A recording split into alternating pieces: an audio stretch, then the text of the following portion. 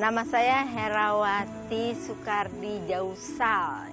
Jadi saya sendiri suka sekali sama kupu-kupu itu karena memang kupu-kupu itu sangat dinamis ya kalau di taman. Jadi kupu-kupu itu keanekaragamannya juga tinggi sekali. Merasa terpanggil ya untuk melakukan satu gerakan konservasi untuk satu hewan yang cantik ini, kupu-kupu.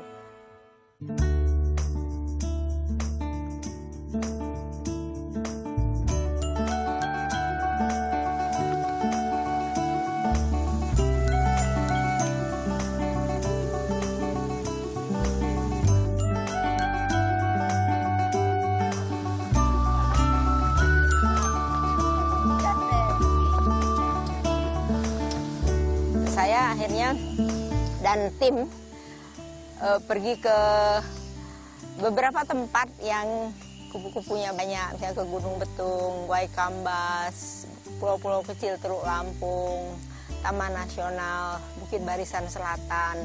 Itu kita survei keanekaragamannya, kemudian kita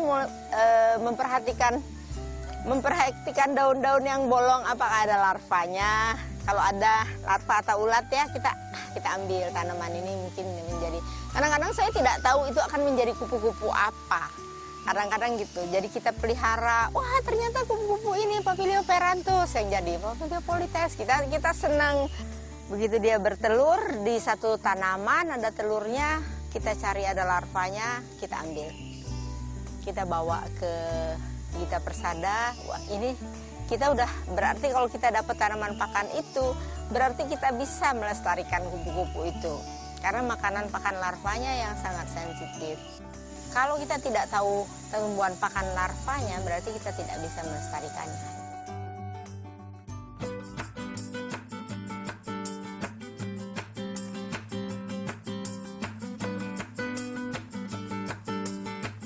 Kupu yang ada di Taman Kupu-Kupu Gita Persada, kita maunya yang lokal, Sumatera. Jadi memang betul-betul tidak introduksi, tidak dari Papua misalnya, tidak dari luar negeri. Jadi kita harus percaya bahwa kupu-kupu kita walaupun dia kecilnya sekupu juga indah. Kupu-kupu yang bakal punah itu sebetulnya kupu-kupu yang makanannya nggak ada kaitannya sama manusia. Nah itu yang, jadi kalau kupu-kupu jeruk, kupu-kupu serikaya misalnya itu pasti ada kupu-kupu yang dari alpukat karena kita menanam alpukat, jadi kupu-kupu itu tidak akan hilang.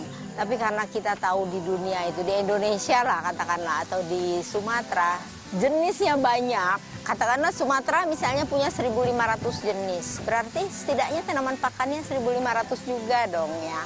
Nah itu yang memang membuat kita terpanggil untuk meneliti itu dan melestarikannya.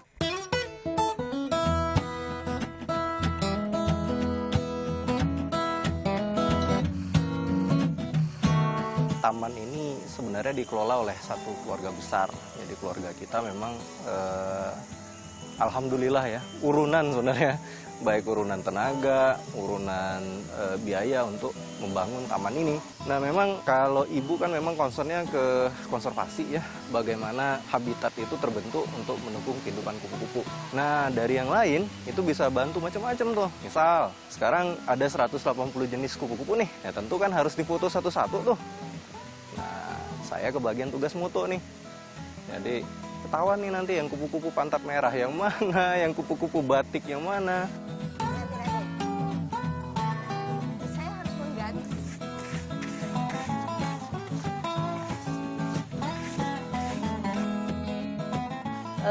Karena kita membuatnya juga untuk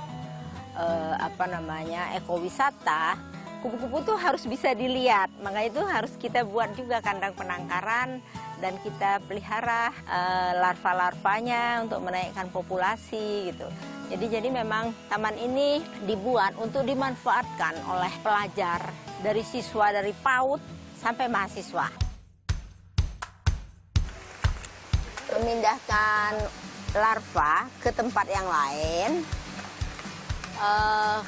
kita jangan sentuh larvanya, dia sensitif. Jadi kita lengketkan ke daun yang ada. Jadi dari bentuk larvanya ini udah lain-lain.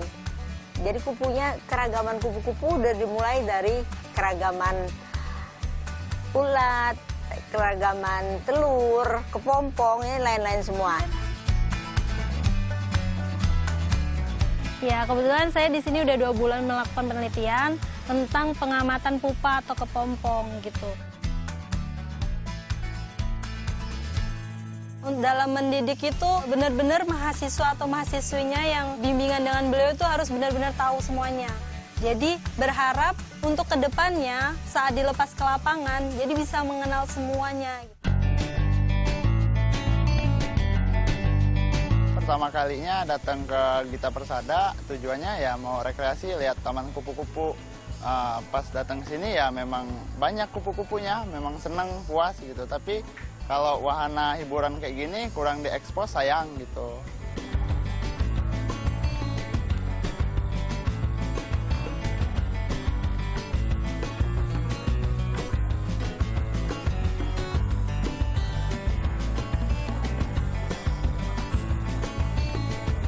Kira-kira tahun 2000-an saya membuat ini.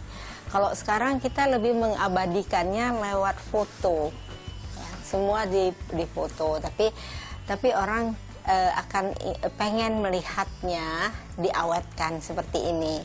Jadi kita bikin satu periode kita memang menangkar banyak sekali. Waktu itu sebetulnya saya juga mensuplai Taman Mini Indonesia Indah karena di sana kurang kupu-kupu. Tapi ada juga yang saya buat menjadi kupu-kupu awetan untuk pajangan di museum gitu. Seperti ini, tapi kami sendiri tidak memperjualbelikannya, jadi hanya untuk kepentingan museum. Beberapa cara untuk mencari uang, jadi diantaranya, karena ini kan yang ditanam adalah pohon-pohon.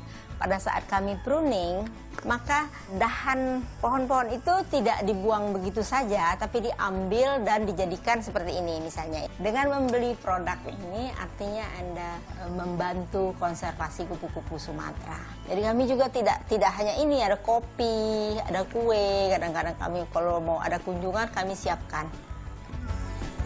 Jadi kita memang melakukan segala itu dengan sangat senang dan bahagia gitu. Itu mungkin yang mendasari kenapa Taman Kupu-Kupu seperti ini bisa kita buat.